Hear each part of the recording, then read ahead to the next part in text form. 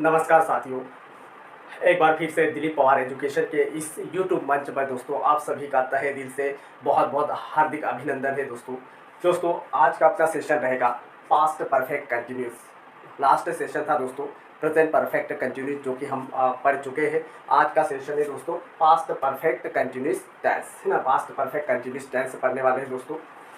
और past perfect continuous tense की दोस्तों आइडेंटिफिकेशन यानी पहचान हिंदी में से रहा था, से रही थी, से रहे थे आदि। यानी कि दोस्तों किसी भी हिंदी वाक्यों के अंत में, यानी कोई हिंदी का सेंटेंस है, हिंदी का वाक्य, उसके आखिरी में से रहा था, से रही थी या से रहे थे आदि अगर लिखा हो तो वो sentence past perfect continuous tense का कहलाता है। यस, ये तो है दोस्तों आइडेंटिफिकेशन यानी पहचान। अब दोस्तों इंग्लिश में ट्रांसलेट करने के लिए स्ट्रक्चर रहेगा। सबसे पहले आपको सब्जेक्ट लेना है, सब्जेक्ट के बाद में हेल्पिंग वर्ब दोस्तों हैड का यूज़ करना है, हैड, और हेड के साथ दोस्तों आपको बीन का यूज़ करना है। हैड बीन चाहे तो इसको आप साथ में लिख सकते हैं या हेड के बाद में बीन लगाना है। फिर वर्ब में दोस्तों वर्ब फर्स्ट फॉर्म रहेगा, वर्ब फर्स्ट फॉर्म में दोस्तों आपको आईएनजी लगाना। फिर ऑब्जेक्ट, उसके बाद दोस्तों सीस या फार का यूज़ करना है। दोस्तों प्रेजेंट परफेक्ट कंटिन्यूअस टेंस में हमने सींस और फार का यूज़ कहाँ पर और कैसे किया जाता, वो अच्छे से दोस्तों वह अच्छा कॉन्सेप्ट बताया है। सींस यानी जहाँ पर डेफिनिट टाइम अगर दिया हो, सेंटेंस में डेफिनिट टाइम दिया हो तो सींस का यूज़ करते हैं, और इंडेफिनिट टाइम अगर दिया हो तो वहाँ पर फार का यूज़ करते हैं। यस, तो दोस्तों पास्ट परफेक्ट कंटिन्यूअस टेंस जो कि हम स्टार्ट कर रहे हैं, और इससे पहले आपको और बेहतर समझने के लिए जो प्रेजेंट परफेक्ट कंटिन्यूअस टेंस का जो पार्ट है वो आप उसको देखो, तो ये सीन्स और फार वाला जो कॉन्सेप्ट है वो आपको बेहतर समझ में आ जाएगा। तो चलिए दोस्तों देर ना करते हुए हम सीधे यहाँ पर कुछ सेंटेंस दिए हैं, इन सेंटेंस को कैसे हम सेंटेंस दोस्तों चाहे वो पॉजिटिव सेंटेंस हो, नेगेटिव हो, इंट्रोगेटिव हो, या इंट्रोगेटिव नेगेटिव हो, डब्ल्यू एच, कोई भी सेंटेंस हो दोस्तों, बहुत आसानी से हम उसका ट्रांसलेटिंग इंग्लिश में दोस्तों कर सकते हैं। तो यहाँ पर पहला सेंटेंस लिखा हो दोस्तों, यहाँ पर जो सेंटेंस लिखा है पॉजिटिव सेंटेंस है। पॉजिटिव सेंटेंस अगर हो तो यहाँ जो स्ट्रक्चर दिख रहा दोस्तों, इस स्ट्रक्चर के अकॉर्डिंग आपको इंग्लिश में ट्रांसलेट करना है। तो चलिए दोस्तों सबसे पहले वह सुबह से पढ़ रहा है, सुबह से, तो ये सुबह यहाँ पर जो समय दिया गया है दोस्तों, समय क्या है, सुबह से, तो ये एक डेफिनिट टाइम कहलाएगा दोस्तों, डेफिनिट, है ना। सुबह या शाम, सुबह बोल दिया तो ये पक्का समय है, सवेरे। यस, जब पक्का यानी डेफिनिट निश्चित समय हो तो वहाँ फार का यूज़ करेंगे, और अनिश्चित समय हो तो डेफिनिट यानी निश्चित समय हो दोस्तों तो वहाँ सीन्स का यूज़ करेंगे, और इनडेफिनिट यानी अनिश्चित समय अगर हो तो वहाँ फार का यूज़ करेंगे। तो चलिए दोस्तों यहाँ पर वह सुबह से पढ़ रहा था, है ना, सुबह से पढ़ रहा था, इसका इंग्लिश ट्रांसलेट करेंगे तो वहाँ के लिए ही आ जाएगा, ही, है ना, ही। उसके बाद क्या करना दोस्तों, हैड, है ना, हैड लेना है, ही हैड, हैड के साथ दोस्तों आपको बीन का यूज़ करना, ही हैड बीन। फिर क्या वर्ब, वर्ब क्या है दोस्तों, पढ़ रहा, पढ़ने को क्या कहेंगे दोस्तों, रीड, पढ़ने को क्या कहेंगे, रीड, रीड में दोस्तों आईएनजी लगा देंगे। जो भी वर्ब यानी जो क्रिया हो रही है उस क्रिया को लेना, वर्ब को लेना है, वर्ब का फर्स्ट फॉर्म भी लेना, उसके बाद आईएनजी लगा देना। वर्ब यानी कार्य, कार्य किसका हो रहा था, पढ़ने का काम हो रहा था, रीड, रीड में आईएनजी लगा दिया। यस, यहाँ तक आ गए। फिर ऑब्जेक्ट, है ना, ऑब्जेक्ट में क्या आएगा दोस्तों, सुबह से पढ़ रहा था, क्या पढ़ रहा था वो तो नहीं दिया है। जरूरी नहीं होता दोस्तों कि आपके सेंटेंस में ऑब्जेक्ट दिया ही हो, है ना, दिया हो तो ऑब्जेक्ट, किताब पढ़ रहा था अगर होता तो ऑब्जेक्ट में किताब आ जाता, लेकिन यहाँ किताब का जिक्र नहीं है, खाली पढ़ रहा था, तो ही हैड बीन रीडिंग, है ना, ही हैड बीन रीडिंग। अब यहाँ पर ऑब्जेक्ट नहीं है तो सिंस या फॉर में से लेना, निश्चित समय दिया है सुबह, तो यहाँ पर सिंस मॉर्निंग आ जाएगा, सिंस मॉर्निंग, सिंस मॉर्निंग, ये इसका ट्रांसलेट हो जाएगा, सुबह से पढ़ रहा था, he had been reading since morning, he had been reading since morning. Yes, ये से हो जाएगा। फिर इसके अलावा दोस्तों इसी को जब हम नेगेटिव बनाएंगे दोस्तों, ये आपका पॉजिटिव था, अब दोस्तों इसी को नेगेटिव बनाएंगे, वह सुबह से नहीं पढ़ रहा था, वह सुबह से नहीं पढ़ रहा था, तो नहीं पढ़ रहा, तो इसका कैसे बन जाएगा दोस्तों, ही हैड, हेड के बाद में दोस्तों यहाँ पर नोट लगाना, हेड के बाद दोस्तों यहाँ नोट लगाना है, ही हैड नॉट बीन, बाकी एज इट इज यानी सेम रहेगा दोस्तों, he had not been reading, he had not been reading since morning. इस प्रकार से दोस्तों नेगेटिव सेंटेंस बन जाएगा। यस, इसी को हम नेगेटिव बना रहे हैं, वह सुबह से पढ़ रहा था, तो he had been reading since morning. इसी का नेगेटिव क्या हो जाएगा, वह सुबह से नहीं पढ़ रहा था, तो ही हैड, हेड के बाद में दोस्तों नॉट लगा, he had not been reading since morning, ये हो जाएगा। फिर दोस्तों इंट्रोगेटिव सेंटेंस, इंट्रोगेटिव का मतलब होता है दोस्तों प्रश्नवाचक वाक्य, यानी जिसकी शुरुआत क्या से होती है, तो इसका क्या हो, क्या वहाँ, है ना, पहले क्या आ जाए, क्या वहाँ सुबह से पढ़ रहा था, क्या वहाँ सुबह से पढ़ रहा था। तो जब अगर क्या से शुरू होता है सेंटेंस तो हेल्पिंग वर्ब को आगे रखेंगे। हैड पहले आ जाएगा, हैड ना, हैड ही ना, हैड ही बीन ना, had he been reading, had he been reading since morning, had he been reading since morning, क्या वहाँ सुबह से पढ़ रहा था, क्या वहाँ सुबह से पढ़ रहा था। Had he been reading since morning, क्या वहाँ सुबह से पढ़ रहा था। Had he been reading since morning. इस प्रकार से ये इंट्रोगेटिव सेंटेंस बन जाएगा। इसके अलावा दोस्तों यहाँ पर इंट्रोगेटिव नेगेटिव है ना, इंट्रोगेटिव नेगेटिव सेंटेंस अगर बनाए, क्या वहाँ सुबह से नहीं पढ़ रहा था, क्या आएगा और नहीं भी आएगा, क्या वहाँ सुबह से नहीं पढ़ रहा था, तो हैड ही है ना, तो हैड से ही शुरू होगा क्योंकि क्या से शुरू हो रहा, हैड ही है ना, हैड ही नॉट, यहाँ नॉट आ जाए, हैड ही नॉट बीन है ना, had he not been reading, had he not been reading since morning, since morning. इस प्रकार से बन जाएगा दोस्तों इंट्रोगेटिव नेगेटिव, क्या वहाँ सुबह से नहीं पढ़ रहा था, had he not been reading since morning. इसके अलावा दोस्तों एक आएगा आपका WH सेंटेंस है ना, WH सेंटेंस बनेगा दोस्तों। WH का मतलब होता कब, क्यों, कहाँ, क्या। ये हिंदी में जब भी अगर क्यों, कब, कहाँ, क्यों, कैसे अगर आएगा तो ये WH सेंटेंस कहलाता है। तो कब, क्यों, कहाँ अगर हिंदी में लिखा हुआ तो उसका पहले इंग्लिश में लिखते हैं। वहाँ सुबह से क्यों पढ़ रहा था, क्यों, वहाँ सुबह से क्यों पढ़ रहा था, क्यों, तो यहाँ पर आ जाएगा दोस्तों यस, वहाँ सुबह से क्यों पढ़ रहा था। वाई, क्यों के लिए क्या आ जाएगा दोस्तों, वाई, वाई आ जाएगा, वाई हैड है ना, why had he, why had he been reading, why had he been reading since morning, since morning. इस प्रकार से दोस्तों इसका इंग्लिश में ट्रांसलेट हो जाएगा। तो उम्मीद है दोस्तों आपको समझ में आया होगा कैसे।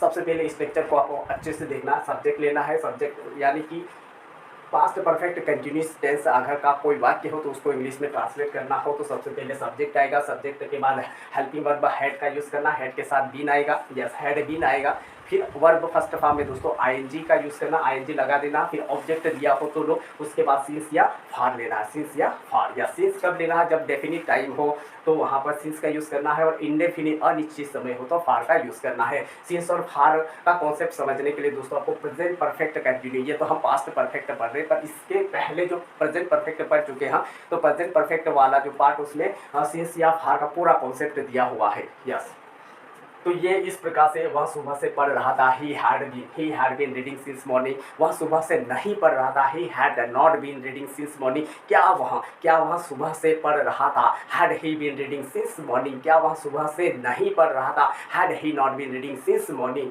वह सुबह से क्यों पढ़ रहा था, वह सुबह से क्यों पढ़ रहा था, why had he been reading since morning. तो उम्मीद है दोस्तों आपको समझ में आया होगा। तो एक और हम सेंटेंस ले रहे हैं ताकि आपका और कॉन्सेप्ट अच्छे से क्लियर हो जाए। यस, एक और सेंटेंस दोस्तों, यस एक और सेंटेंस ले रहे हैं, एक और सेंटेंस या दूसरा सेंटेंस दोस्तों, हम 5 दिन से क्रिकेट खेल रहे थे। हम 5 दिन से क्रिकेट खेल रहे थे। यह हिंदी सेंटेंस दिया हुआ दोस्तों, हम 5 दिन से क्रिकेट खेल रहे थे। यस, अब यहाँ पर दोस्तों 5 दिन से, तो 5 दिन कौन से है ना, आने वाले कि बीते हुए कि कौन से 5 दिन। तो ये जो 5 दिन ना, 5 दिन जो दिया हुआ है दोस्तों, ये 5 दिन इनडेफिनिट टाइम है, यानी निश्चित टाइम नहीं है, अनिश्चित समय है, अनिश्चित समय है 5 दिन। तो यहाँ पर फॉर का यूज़ करेंगे। तो ये पॉजिटिव सेंटेंस है दोस्तों, पॉजिटिव है ना, पॉजिटिव सेंटेंस यानी सकारात्मक वाक्य है। हम 5 दिन से क्रिकेट खेल रहे थे। यस, खेल रहे थे। तो सबसे पहले सब्जेक्ट में क्या आ जाएगा दोस्तों, हम के लिए वी आ जाएगा। Yes, we had been. फिर वर्ब क्या है, प्ले में दोस्तों यहाँ आईएनजी लगा देंगे। Yes, we had been playing. अब क्या खेल रहे थे, क्रिकेट। ऑब्जेक्ट में आ जाएगा दोस्तों cricket, we had been playing cricket. अब समय में सिंस या फॉर लेना है, तो अनिश्चित समय है 5 दिन, तो यहाँ फॉर 5 डेज, 5 डेज, इस प्रकार से इंग्लिश में ट्रांसलेट कर सकते हैं। यस, हम 5 दिन से क्रिकेट खेल रहे थे, we had been playing cricket for 5 days, या फॉर 5 डेज। यस, इसी का दोस्तों नेगेटिव सेंटेंस, हम 5 दिन से क्रिकेट नहीं, यहाँ पर क्या जाएगा दोस्तों, यहाँ पर नहीं आ जाएगा, तो ये नेगेटिव सेंटेंस हो जाएगा। हम 5 दिन से क्रिकेट नहीं खेल रहे थे, नहीं आ जाए तो सेम यही सेंटेंस रहेगा दोस्तों, खाली यहाँ हैड के बाद में नॉट लगा देना। जैसे we had not, we had not, yes, यहाँ पर नॉट लगा, वी हैड नॉट, बाकी एज इट इज यानी सेम सेंटेंस रहेगा। We had not been playing, we had not been playing cricket, playing cricket for 5 days, for 5 days. Yes, हम 5 दिन से cricket नहीं खेल रहे थे, we had not been playing cricket for 5 days. इसी का दोस्तों इंट्रोगेटिव करना हो तो आगे क्या से शुरू हो जाएगा, क्या। यस, क्या हम, क्या से शुरू होगा, क्या हम 5 दिन से क्रिकेट खेल रहे थे, क्या हम 5 दिन से क्रिकेट खेल रहे थे, क्या से शुरू होगा तो हेल्पिंग वर्ब आगे रखना हैड, है ना। इंट्रोगेटिव सेंटेंस है तो हैड आगे आ जाएगा, हैड ही, है ना, हैड ही, हैड वी आएगा दोस्तों, सब्जेक्ट वी, हैड वी, है ना, had we been, had we been playing, had we been playing cricket, had we been playing cricket for 5 days, for 5 days। yes, क्या हम 5 दिन से क्रिकेट खेल रहे थे, had we been playing cricket for 5 days। और इसी का दोस्तों क्या हम 5 दिन से क्रिकेट नहीं खेल रहे थे, क्या और नहीं आ रहा है, क्या हम 5 दिन से क्रिकेट नहीं खेल रहे थे, यानी इंट्रोगेटिव नेगेटिव है, इंट्रोगेटिव नेगेटिव है। तो इसके लिए क्या आ जाएगा दोस्तों, हैड, है ना, had we not, had we not been, ना, had we not been playing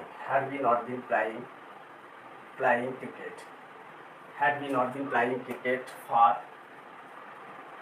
5 days, for 5 days। yes, 5 days, यहाँ क्वेश्चन मार्क्स लग जाएगा, यहाँ पर भी दोस्तों क्वेश्चन मार्क्स लग जाएगा। यस, यहाँ नेगेटिव में नहीं रहेगा। यस, इसके अलावा दोस्तों WH सेंटेंस अगर लेंगे, यस, WH सेंटेंस, तो हम 5 दिन से क्रिकेट क्यों खेल रहे थे, क्यों अगर आ जाए जिसमें हम 5 दिन से क्रिकेट क्यों, यहाँ पर मान लो क्यों लिखा आ जाए, क्यों। यस, तो हम 5 दिन से क्रिकेट क्यों खेल रहे थे, या हम 5 दिन से क्रिकेट कहाँ खेल रहे थे, क्यों या फिर कहाँ, है ना, ऐसा आ सकता है। जो भी क्यों आए तो क्यों के लिए वाई का यूज़ करेंगे, कहाँ आए तो कहाँ के लिए वेयर का यूज़ करेंगे, बाकी सेम सेंटेंस बनेगा। यस, अगर क्यों आए तो यहाँ पर सबसे पहले वाई आ जाएगा, Y had we been playing cricket for 5 days, इस प्रकार से दोस्तों। यस, हम 5 दिन से क्रिकेट खेल रहे थे, अब पॉजिटिव सेंटेंस था दोस्तों, हम 5 दिन से क्रिकेट खेल रहे थे। यस, तो we had been playing cricket for 5 days. और इसी का नेगेटिव बन जाएगा, हम 5 दिन से क्रिकेट नहीं खेल रहे थे, हम 5 दिन से क्रिकेट नहीं खेल रहे थे, तो we had not been playing cricket for 5 days. क्या से शुरू होगा, है ना, इंट्रोगेटिव सेंटेंस, क्या हम 5 दिन से क्रिकेट खेल रहे थे, तो हैड पहले हेड से शुरू होगा, हैड वी, है ना, had we been playing cricket for 5 days. इसके अलावा दोस्तों हाँ, इंट्रोगेटिव नेगेटिव की बात करें तो क्या से शुरू होगा, बीच में नहीं भी आएगा, क्या हम 5 दिन से क्रिकेट नहीं खेल रहे थे, तो हैड वी, है ना, had we not, yes, had से शुरू हो रहा तो क्या, had we not been playing cricket for 5 days. इसके अलावा दोस्तों W सेंटेंस की बात करें, हम 5 दिन से क्रिकेट क्यों खेल रहे थे, क्यों, तो why had we been playing cricket for 5 days. या फिर हम 5 दिन से क्रिकेट कहाँ खेल रहे थे, कहाँ, वेयर, है ना, where had we been playing cricket for 5 days.